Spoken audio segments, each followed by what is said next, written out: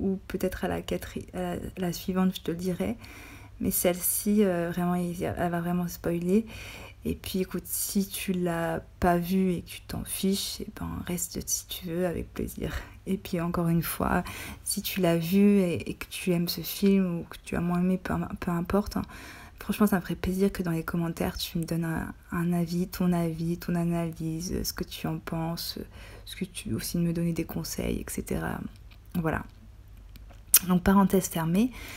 Donc ouais, je disais que moi je trouvais qu'il y avait d'autres idées au plus originales. Par exemple, si tu veux, si dans le film tu te souviens bien, donc comme je t'ai dit tout à l'heure, donc Laurie Strode, donc qui s'appelle maintenant Kate, mais je vais l'appeler Laurie parce que c'est plus facile pour moi à force. Je vais pas m'y perdre. Donc tu sais que, comme je t'ai expliqué, donc il y a un nouveau personnage donc, qui s'appelle Will, qui est vraiment... j'aime beaucoup ce personnage. Donc c'est donc son nouveau petit ami. Enfin, on sait pas trop depuis combien de temps ils sont ensemble, mais voilà, ils sont ensemble. Et ça a l'air de très bien se passer entre eux en plus. Puis comme je te dis, il a un côté, c'est psychologue, donc il est vraiment à son écoute et tout.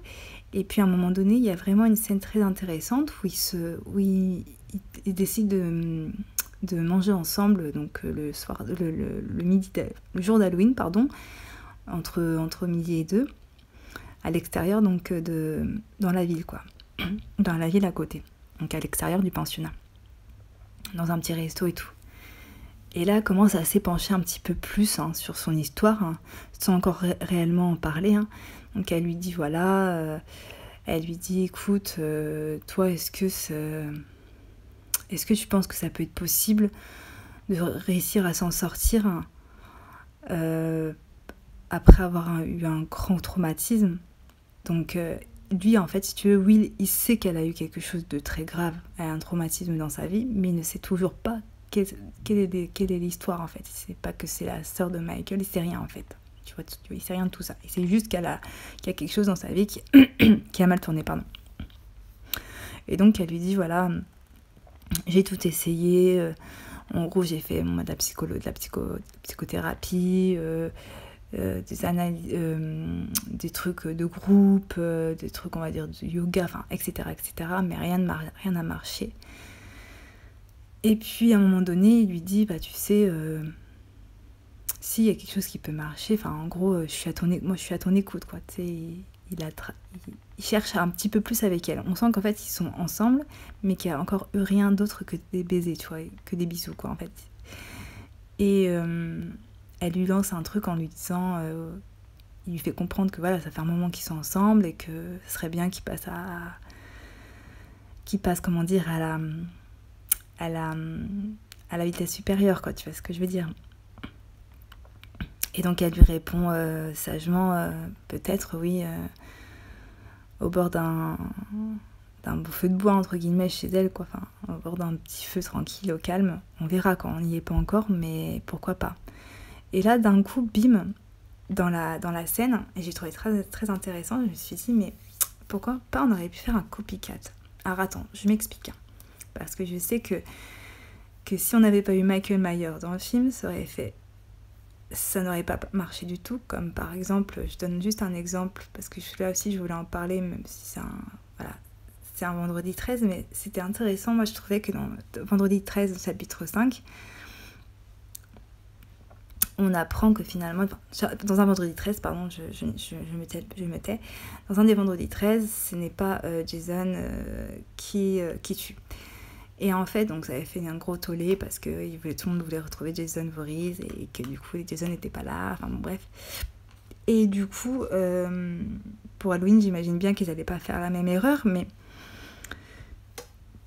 par exemple, j'aurais aimé trouver l'idée, par exemple, je trouvais que oui, il était assez, donc je reviens donc au restaurant, donc à un moment donné, quand elle lui dit ça, il dit « Excuse-moi, je reviens ». Et la manière dont il la regarde, dont il le dit, il fait très étrange, en fait, il est très étrange.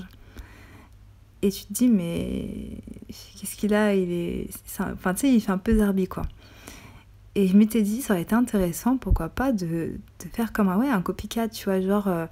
en fait, on apprend que Will, en fait, c'est lui qui a amené soit il a amené Michael Myers vers sa sœur, parce qu'il en est fan, parce qu'en fait, depuis toutes ces années, depuis 20 ans, genre, par exemple, je sais pas moi, il idolâtre cette histoire, et que du coup, et que lui-même est un psychopathe, et que du coup, soit c'est lui qui aurait tué la plupart des victimes, en se déguisant donc en Michael Myers, ou soit ils auraient fait un petit peu comme avec Halloween Ends, tu vois, ils auraient joué sur le duo, tu vois, Michael et Will, quoi.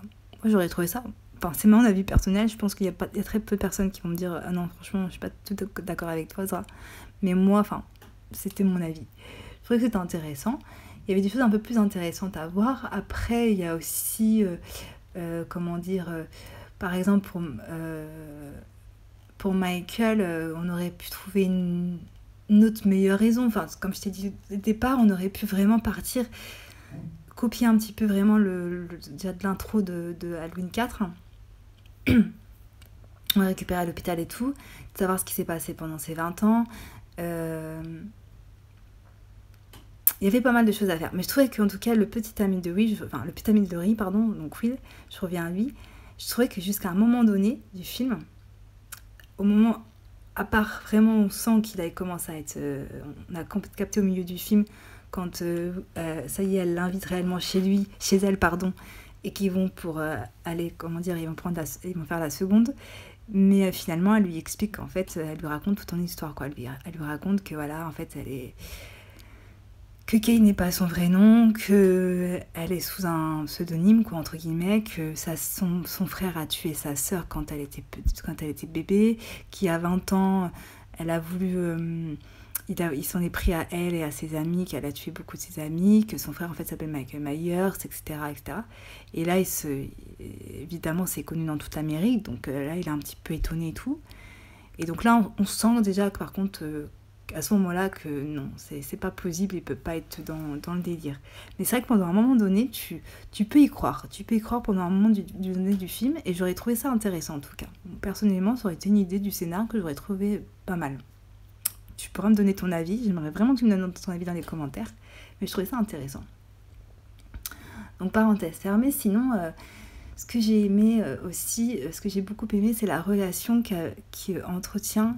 Bah déjà, j'ai beaucoup aimé le personnage de John, hein, donc le fils de... Alors parfois au début, c'est drôle, hein, les premières fois que j'ai vu ce film, il m'énervait, et maintenant je trouve que je l'aime bien. Alors est-ce que c'est pas grave, parce que j'ai vu Faculty il y a pas très longtemps, il y a 1 an ou 2 de ça, et que j'ai kiffé dans le rôle, et du coup après je kiffe dans le rôle d'Halloween, je sais pas, mais non, je pense que c'est surtout que il joue vraiment bien le rôle. Ils jouent vraiment le rôle qu'ils ont tous les deux, donc la mère et son fils, qui ne se comprennent plus en fait, puisque elle est complètement, si tu veux, donc il a 17 ans, et depuis 17 ans, elle le traite comme un gamin de 5 ans. Il faut savoir qu'il a jamais fêté Halloween, parce que bah voilà, Halloween pour elle, c'est ce qui reste un petit peu normal, comme un petit peu d'ailleurs ce qu'on retrouve dans la trilogie de David Gordon Green, hein, quand avec sa fille, elle explique que Halloween, dans leur famille, Halloween, on ne fête pas Halloween chez eux parce que voilà, il y a eu un malheur. Ben, pareil, un peu dans Halloween 20 ans après. Hein. De toute façon, David Gordon Green, j'ai déjà répété, je crois, 1 ou 2 fois, je sais plus, je l'ai peut-être jamais dit, mais c'est avec David Gordon Green, il faut savoir que franchement, on ne peut pas lui reprocher, c'est de connaître la saga d'Halloween par cœur sur les bouts des doigts. Parce que c'est simple, la plupart dans ces 3 films, ils récupèrent énormément de choses de tous les opus d'Halloween, on va dire des 8 opus, quoi. Et donc, parenthèse fermée, en fait, si tu veux, ouais, ils se comprennent plus. Et d'ailleurs, ça, elle en parle aussi à son petit ami, donc à Will. Voilà, ils se comprennent plus. Il lui dit, quoi. Il dit, ça y est, maintenant j'ai 17 ans, maman. Ça fait 17 ans que je me sens enfermée, je me sens étouffée. Tu m'étouffes avec ton frère Michael que tu vois partout. Enfin, en gros, tu m'as envoyé tout ton mal-être, tu me l'envoies à moi, tout ton stress, tu me l'envoies à moi. Et moi, en fait, je fais quoi en fait dans l'histoire, je vis comment. Et je trouve que vraiment, c'était vraiment vraiment comment... Ouais, vraiment le rôle entre la mère et le fils qui ne se comprennent, qui ne se comprennent plus, mais qui ne se comprennent pas, même tout court, est vraiment très intéressante. Jusqu'à la fin où justement bah, ils vont on voit qu'il y a énormément d'amour quand Michael Myers ça arrive et que voilà elle essaye de tout faire pour évidemment sauver son fils et que son fils essaye de tout faire pour sauver sa mère, mais ils ont vraiment ils jouent réellement vraiment bien, vraiment, que ça soit l'un et l'autre, quand ils jouent tous les deux ils jouent sublimement bien. Je vais revenir encore une fois malheureusement aux personnages, à 2 personnages où je les trouve réellement grotesque. C'est en fait je suis désolée de dire mais c'est vraiment en fait le couple donc les amis, comme je t'ai dit, c'est pas encore Molly passe, on va dire, la petite amie de John, on va dire que ça passe, elle joue bien, voilà, ça va. Mais les 2 autres, pareil, ils ont voulu la faire un peu à la Scream, sauf que ça ne fonctionne pas du tout. Et en plus t'as l'impression que ils devraient, on va dire qu'ils ont 17 ans, donc t'as l'impression qu'ils n'en ont pas 17, mais t'as l'impression qu'ils ont 11 ans. Surtout Charlie. C'est pas du tout méchant quand je dis ça, mais déjà l'acteur en lui-même, il fait pas du tout cet âge-là. Il fait vraiment l'âge, on dirait qu'il a 12 ans. Et donc ça passe pas en fait avec quand il parle de sexualité, quand il parle de certaines choses des gamins, des jeunes de 17 ans, ça passe pas en fait. Ça n'a pas. Je suis désolée de le dire. Mais les personnages n'ont pas d'intérêt, enfin je trouve qu'ils sont pas intéressants, ils sont pas assez travaillés, contrairement à d'autres que je trouve qui sont bien plus travaillés et bien plus intéressants, dont par exemple, comme je t'ai dit tout à l'heure, Ronnie, le gars de la sécu, et donc Will, le petit ami de comment dire, de Laurie. Mais c'est vrai que sinon, pour les amis, franchement, ils sont vraiment, c'est pas top, donc c'est encore mon avis. Je parle pas des acteurs, encore une fois, je parle des personnages.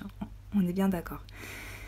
Et on va passer, donc du coup, on peut passer aussi aux morts. Alors franchement, là c'est pareil, vraiment quand tu regardes le film, au niveau parce que bon, ok, ils ont voulu faire les malins, ils se sont dit d'accord, on va faire comme les Slasher, on va faire comme Scream un peu. Mais au niveau des, comment dire, des scènes de meurtre, ça passe pas quoi non plus, vraiment pas. Il n'y a aucune scène qui font... Alors, déjà, bon, le film ne fait pas peur, mais en vérité, Halloween ne fait pas peur, réellement peur. C'est la seule chose moi, qui m'a toujours fait...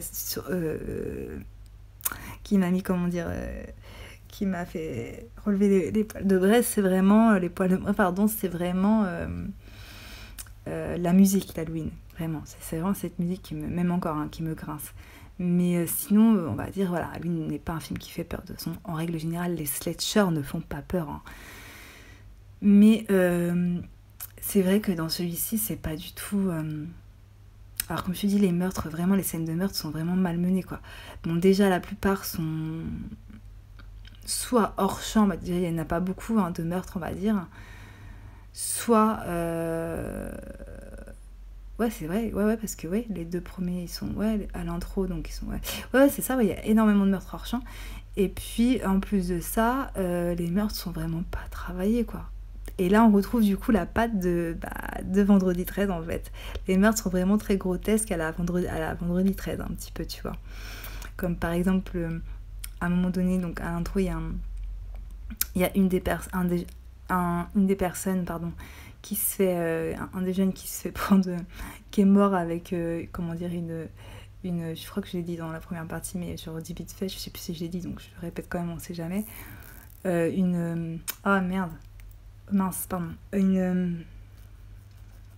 me revenir. Pas patin roulette, mais tu sais, les patins à glace là, et qui se prend, en fait, il se fait fêler en fait par le truc qui coupe, pardon, et qui a coupé en fait la moitié de son visage. Mais bon, c'est très très très grotesque, quoi. Ça la Vendredi 13, là, on retrouve la Vendredi 13 complètement. Et bien c'est pareil pour la mort de l'ami, donc Charlie. Charlie, on voit pas comment il meurt, donc on voit pas sa mort. Par contre, sa petite amie Sarah, c'est la seule, on va dire que celle qui joue la petite amie de Charlie et donc l'amie de Molly et de John. Sarah, on va dire que c'est le meurtre le plus travaillé, quoi. Et qui prend un peu plus de temps. Mais sinon, pour les autres, on voit vraiment que soit il y avait un manque de budget, soit il y avait un manque, encore une fois, de vouloir faire trop vite. Et donc, du coup, parce qu'il faut savoir que le film, il a été tourné de février à avril. Donc, il a tourné au moins 2 mois et quelques. Et il est sorti fin novembre aux États-Unis. Donc oui, donc il y avait quand même, je sais pas, pour moi, c'est marqué 1h26, je reviens sur mes 1h26, moi je n'ai trouvé que 1h17. Donc celui qui a vu le film et qui a trouvé les 1h26 du film, je veux bien qu'il me le dise, parce que surtout, j'en ai cherché partout, sur plein, enfin bref, j'ai toujours trouvé qu'1h17. Les miens, en tout cas, c'était 1h17. Enfin bon, bref. Revenons à nos moutons. Donc j'en étais donc au niveau du travail, donc des scènes de meurtre, voilà, on y reviendra. Sauf vraiment la fin du film, elle est vraiment pas mal et on ne s'y attend pas du tout. Donc on va dire que c'est celle-ci, donc on va dire que vraiment ça, comme je le répète, c'est un bon moment du film, donc voilà. Après c'est pareil, donc du coup ils font un clin d'œil, je pense, pour remercier Scream, parce que dans Scream on voit pas mal de scènes de Halloween et de la musique d'Halloween. Et bien c'est pareil en fait dans Halloween 20 ans après. Il faut savoir que même John Carpenter n'a pas fait la musique, n'a pas fait le son ni rien. Et donc du coup comment dire, et donc du coup ce qui va se passer, c'est que du coup, celui qui va faire la musique, je vais retrouver son nom, et ça ne me dit rien du tout. Et le deuxième, c'est celui qui, je sais qu'il a fait, ça va me revenir, mais attends, 2 secondes. Je suis pas sûre à 100%, mais à 97%, mais il me semble que il y en a un qui a travaillé sur la saga, en tout cas sur le premier Scream. Et donc du coup, pour les remercier, à un moment donné, t'as un clin d'œil en fait, où justement donc les deux copines, donc Molly et Sarah, sont dans leur chambre, et t'as Will qui va pour rentrer dans la chambre pour voir si tout va bien, et elles sont en train il y a une scène elles sont en train de regarder, la télé est allumée, et il y a une scène en fait du film de Scream 2, et on voit en fait Sarah Michelle Gellar au téléphone, en fait, pour ceux qui ont vu Scream 2 avec Ghostface. Donc là il y a un clin d'œil, ainsi que dans d'autres, quand Molly et John se font pourchasser par Michael Myers. C'est la bande son pareil de Scream 1, quand Sydney se fait pourchasser elle-même par Ghostface. Donc voilà, pour ça, c'est un petit clin d'œil. Donc je pense que c'est un clin d'œil pour remercier Wes Craven et Kevin Williamson aussi. Sinon c'est pareil. Ah ouais, il y a un truc qui a manqué. Alors après, comme je t'ai dit, moi j'ai eu qu'1h17, donc peut-être que certains qui ont eu 1h26, qui l'ont vu 1h26, ont pu gratter un peu de temps, et je ne sais pas, mais en tout cas pareil, donc celle qui joue donc la secrétaire, qui, comme je l'ai dit tout à l'heure, c'est donc la maman de Jamie Lee Curtis dans la vraie vie, et d'ailleurs c'était son avant-dernier film, Halloween 20 ans après elle n'a plus tourné, après elle a fait un autre film il me semble, et puis ensuite elle a arrêté de tourner tout court, quoi.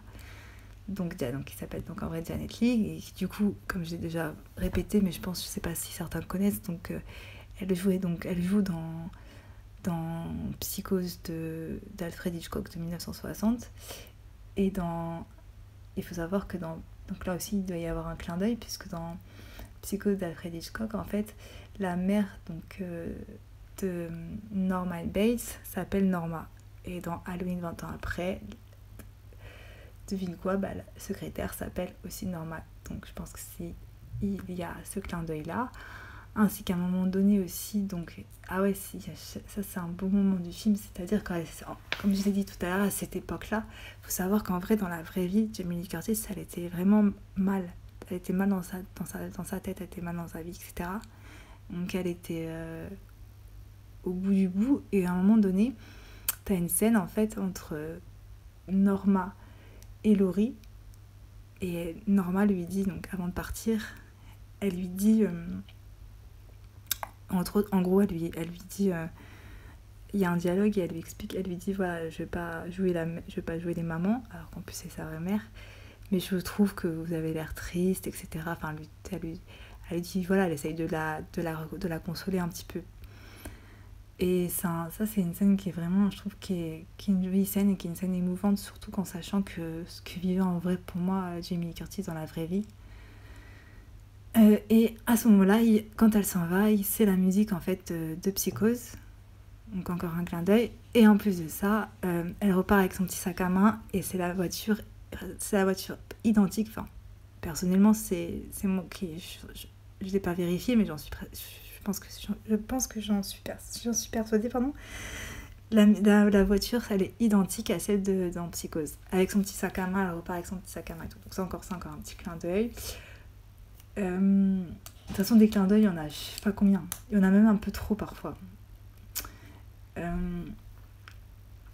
Et donc je reviens, j'ai parlé des scènes de meurtre, donc voilà, que je trouvais pas top. J'ai eu donc après, qu'est-ce qu'on pourrait en dire après du film? Oui, bah ce qui, voilà, je voulais en revenir, c'est que je pense que oui, ça aurait pu faire un très bon film si il n'y avait pas eu tous ces soucis. C'est comme le souci avec avec le masque de Michael Myers qui a quand même été changé 3 fois dans le film. D'ailleurs, tu le vois, hein. Dans le film, si tu observes bien le film, tu vois que le masque de Michael, alors que c'est un film qui dure 1h17, je me le répète, enfin, de mon avis, il y a 3 masques différents. C'est du n'importe quoi. Enfin, c'est pas un film à la hauteur de... Enfin, pour moi, c'est pas un film à la hauteur de... qu'aurait fait John Carpenter, il n'aurait pas fait cette erreur-là. Donc c'est vrai que...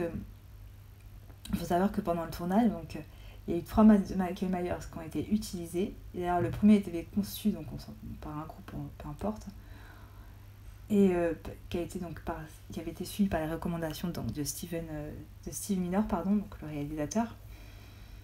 Mais en fait, les choix donc, du cinéaste n'ont pas convaincu du tout les producteurs, et du coup, au bout de quelques semaines du tournage, il sera abandonné. Sauf qu'ils avaient déjà tourné quelques scènes donc, avec ce masque. Après, il y en a eu un second masque qui a été commandé par un spécialiste des effets spéciaux. Et ensuite, ce dernier prend le parti donc, de réutiliser le moule du masque d'Halloween 6 afin de respecter, on va dire, ce que voulait en fait le cinéaste de base. Mais le masque sera quand même toutefois utilisé pour une scène de... Non, pardon.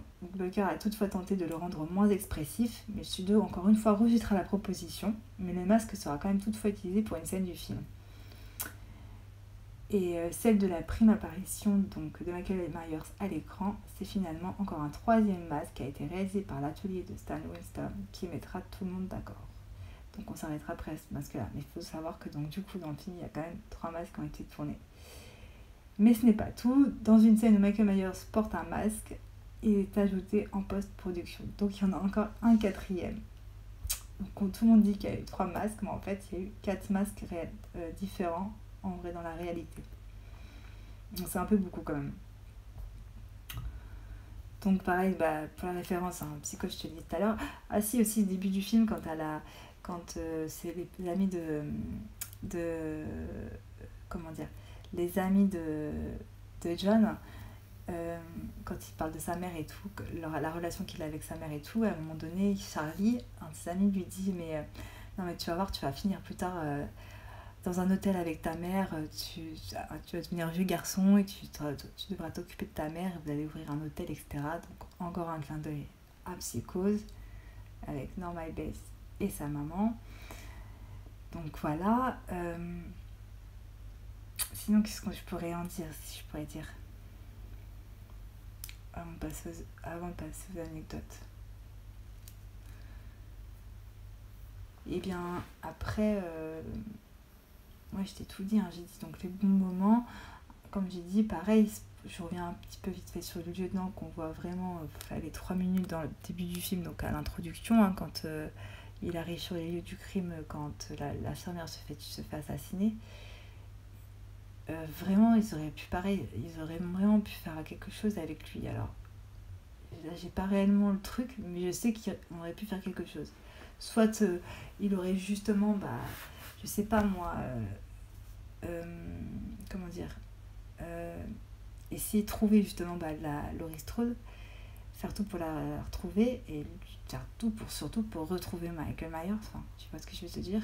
Et il aurait eu un rôle vraiment, parce qu'il avait un rôle vraiment intéressant pendant les 3 minutes. Hein.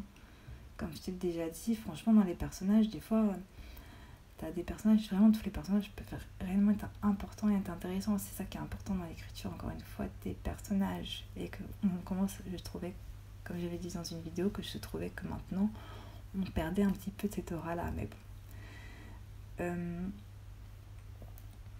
Sinon... après, il y a le manque de temps, malheureusement, donc pour chaque personnage, c'est ça qui était un peu dommage, puisque, comme je t'ai dit au début, il n'y a pas beaucoup de personnages à travailler, donc on aurait pu vraiment prendre plus de temps pour travailler chaque petit personnage et en faire quelque chose de plus intéressant. Après... Donc oui, juste avant de finir, je voulais revenir juste sur un petit détail où je parle dans la vidéo à un moment donné, quand, donc à peu près à la 17e minute, quand en fait je te donne un clin d'œil par rapport à Scream. Donc en gros, quand tu sais, je te dis qu'ils ont fait un clin d'œil quand en fait Molly et John, donc avec le fils de Laurie et sa petite amie, se font pourchasser par Michael, ils ont mis une des musiques de Scream et c'est la même que quand Sidney se fait pourchasser par Ghostface à la fin, donc à la fin du film, pardon. Et j'hésitais, je te disais que j'étais à peu près sûre à 97% que le compositeur avait bien composé sur le film Scream. Donc je vais pouvoir te répondre, donc oui. Et en plus, c'est Marco Beltrami, donc un grand compositeur qui est énormément connu et qui a fait donc justement toute la saga Scream. Et c'est justement avec Scream de 96, le premier qui s'est fait vraiment connaître. Et de plus, vraiment, la bande-son de Scream 1 et Scream 2, c'est vraiment, elles sont juste merveilleusement, vraiment bien composées. Donc si tu veux, si tu aimes les musiques, les bandes-son, les BO de films, de cinéma ou peu importe, franchement je te conseille vraiment d'écouter la bande son, vraiment la BO du premier, de tous les Scream si tu veux, mais en tout cas du premier. Mais en tout cas c'est un très grand compositeur vraiment connu, mondialement connu, et vraiment il a fait énormément de films, il a composé énormément de films, justement à partir dans les années 90 et surtout avec Scream où il s'est fait connaître, jusqu'à encore aujourd'hui, encore maintenant, et il a fait en plus de ça énormément des compositions sur beaucoup de films d'horreur, donc ça tu pourras aller voir si tu veux dans sa filmographie. Donc si tu as justement un amateur de musique et de compositeur de films, franchement, et que tu connais pas vraiment Scream, surtout le premier, donc Scream de 1996, franchement, essaye de trouver toute la BO, enfin, de tout le film. Elles sont juste topissimes. Donc voilà, c'était un petit bonus que je te laissais. Et juste avant que, du coup, là, on va terminer, je te laisse pour la suite. Donc la dernière partie, où là, ça va juste vraiment être des petits gossips, etc. à droite, à gauche. Et après, ça sera juste... Pardon. Et après, on aura terminé avec le film Halloween 20 ans après. Voilà, je te fais des poussas, prends soin de toi et je te dis à plus tard.